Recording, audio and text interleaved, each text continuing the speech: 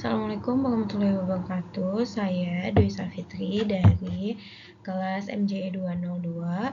Saya akan mempresentasikan pasar dan lembaga keuangan sebagai syarat ujian akhir semester.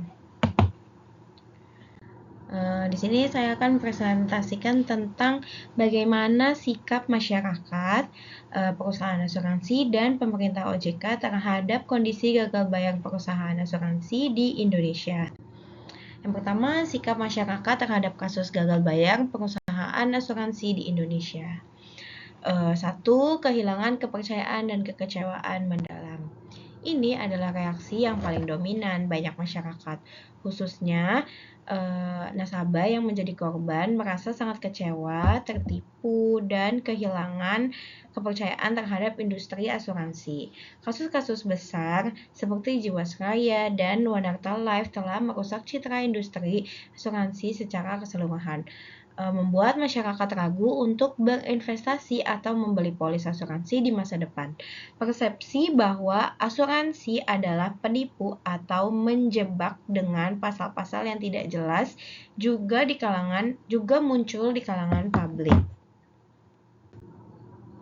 Yang kedua, tuntutan pertanggungjawaban dan keadilan. Masyarakat yang terdampak aktif menuntut pertanggungjawaban dari perusahaan asuransi, manajemen, dan pihak-pihak terkait yang terlibat dalam kasus gagal bayar. Mereka menginginkan pengembalian dana mereka dan keadilan melalui jalur hukum. Berbagai upaya dilakukan, mulai dari pengaduan ke otoritas jasa keuangan, mediasi, hingga gugatan hukum ke pengadilan. Ada pula desakan kepada pemerintah dan DPR untuk memastikan perlindungan nasabah dan penyelesaian kasus. Yang ketiga adalah desakan peran OJK yang lebih optimal. Banyak pihak yang menyoroti peran OJK sebagai regulator dan pengawas industri asuransi masyarakat. Masyarakat berharap OJK dapat bertindak lebih tegas, proaktif, dan transparan dalam mengawasi perusahaan asuransi untuk mencegah kasus gagal bayar berulang. Ada tuntutan agar OJK lebih optimal dalam melindungi konsumen dan memastikan perusahaan asuransi mematuhi aturan.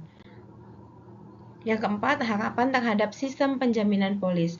Adanya wacana dan upaya pembentukan lembaga pinjaman polis atau LPP atau sejenisnya juga menjadi harapan masyarakat. LPP diharapkan dapat memberikan jaminan dan kepastian bagi nasabah jika terjadi gagal bayar di masa mendatang, mirip dengan lembaga penjamin simpanan atau LPS untuk perbankan. Lalu yang kedua, itu sikap perusahaan asuransi dalam kasus gagal bayar. Yang pertama, bagi perusahaan yang terdampak langsung. Perusahaan yang mengalami gagal bayar seperti yang terjadi pada Jiwasraya atau Wanarta Life umumnya fokus pada penyelesaian kewajiban mereka. Ini seringkali melibatkan langkah-langkah drastis dan kompleks. Restrukturisasi dan penyelamatan aset. Mereka berusaha keras untuk merestrukturisasi hutang polis, menjual aset yang dimiliki, atau mencari suntikan modal baru dari investor. Tujuannya adalah untuk mengumpulkan dana agar bisa membayar klaim nasabah meskipun seringkali dengan skema pembayaran yang dicicil atau dipotong dari nilai awal. Lalu negosiasi dengan nasabah. Beberapa perusahaan mencoba bernegosiasi langsung dengan nasabah yang terdampak untuk mencari solusi damai, meskipun tidak selalu berhasil karena nasabah menuntut pengembalian penuh menghadapi proses hukum.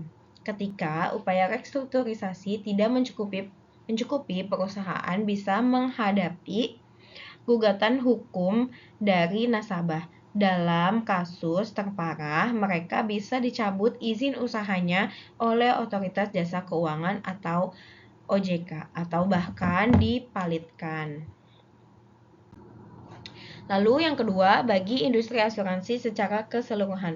Kasus-kasus gagal bayar ini menjadikan pukulan telak bagi citra industri asuransi. Oleh karena itu, perusahaan asuransi yang tidak terdampak langsung atau yang ingin mencegah kejadian serupa mengambil langkah-langkah proaktif. Yang pertama, penguatan tata kelola perusahaan atau GCG dan manajemen resiko. Ini adalah prioritas utama.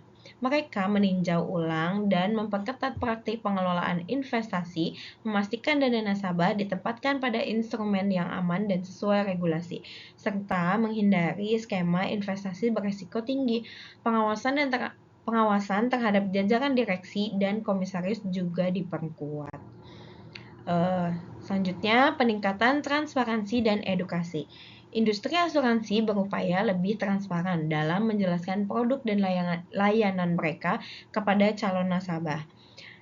Kampanye edukasi digencarkan untuk memastikan masyarakat memahami betul isi polis, hak, kewajiban, serta resiko yang mungkin timbul. Lalu, pemulihan kepercayaan publik. Ini adalah tantangan terbesar. Industri asuransi secara kolektif berupaya menunjukkan komitmen mereka untuk melindungi nasabah, meningkatkan kualitas layanan klaim, dan mengembalikan keyakinan masyarakat bahwa asuransi adalah instrumen perlindungan finansial yang dapat diandalkan. Kerjasama dengan regulator OJK. Perusahaan asuransi baik secara individu maupun melalui asosiasi seperti Asosiasi Asuransi Jiwa Indonesia dan Asosiasi Asuransi Umum Indonesia aktif berkoordinasi dengan OJK. Mereka mendukung upaya OJK dalam memperketat regulasi, meningkatkan pengawasan, dan menyambut baik rencana pembentukan lembaga penjamin polis, perlindungan bagi nasabah di masa depan. Lalu, yang ketiga, sikap pemerintah OJK dalam menyikapi kasus gagal bayar perusahaan asuransi di Indonesia. Yang pertama, penegakan hukum dan sanksi tegas. OJK bertindak sebagai regulator dan pengawas yang memiliki kewenangan untuk menjatuhkan sanksi terhadap perusahaan asuransi yang melanggar ketentuan atau gagal memenuhi kewajiban. Sikap ini meliputi yang pertama, pencabutan izin usaha. Jika perusahaan asuransi terbukti tidak mampu memenuhi kewajiban kepada nasabah atau melanggar ketentuan kesehatan keuangan, OJK dapat mencabut izin usahanya.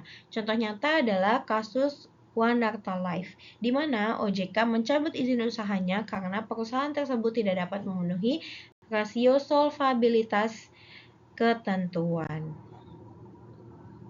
Pengenaan sanksi administratif. Selain pencabutan izin OJK, juga dapat mengenakan sanksi administratif lainnya seperti denda, pembatasan kegiatan usaha, hingga pembekuan kegiatan usaha. Yang kedua, upaya restrukturisasi dan penyelamatan dengan batasan. Dalam beberapa kasus besar, terutama yang melibatkan perusahaan asuransi milik negara, pemerintah melalui Kementerian BUMN dan OJK turut serta dalam upaya restrukturisasi. Pembentukan anak perusahaan baru. Seperti pada kasus Jiwasraya, pemerintah dan OJK mendukung pembentukan EFG Life sebagai anak perusahaan baru untuk menampung polis-polis yang telah direstrukturisasi dengan tujuan menyelamatkan sebagian dana nasabah. Lalu mendorong penyelesaian di luar pengadilan. OJK juga mendorong perusahaan asuransi yang bermasalah untuk mencari solusi penyelesaian dengan nasabah, termasuk melalui mediasi atau upaya di luar pengadilan. Namun, OJK menegaskan bahwa penyelesaian harus tetap berpihak pada nasabah. Lalu yang ketiga, inisiasi pembentukan lembaga penjaga polis atau LPP. Salah satu respon paling signifikan dari pemerintah dan OJK adalah percepatan inisiasi pembentukan lembaga pinjaman polis yang diamankan dalam Undang-Undang Nomor 4 Tahun 2023 tentang pengembangan dan penguatan sektor keuangan atau UU PPSK. Tujuan LPP. LPP ini diharapkan dapat memberikan jaminan perlindungan bagi pemegang polis asuransi jika terjadi kegagalan bayar di masa mendatang, mirip dengan fungsi lembaga penjamin simpanan untuk bank. Ini adalah langkah krusial untuk mengembalikan kepercayaan masyarakat. Segitu saja presentasi saya kali ini. Terima kasih. Assalamualaikum warahmatullahi wabarakatuh.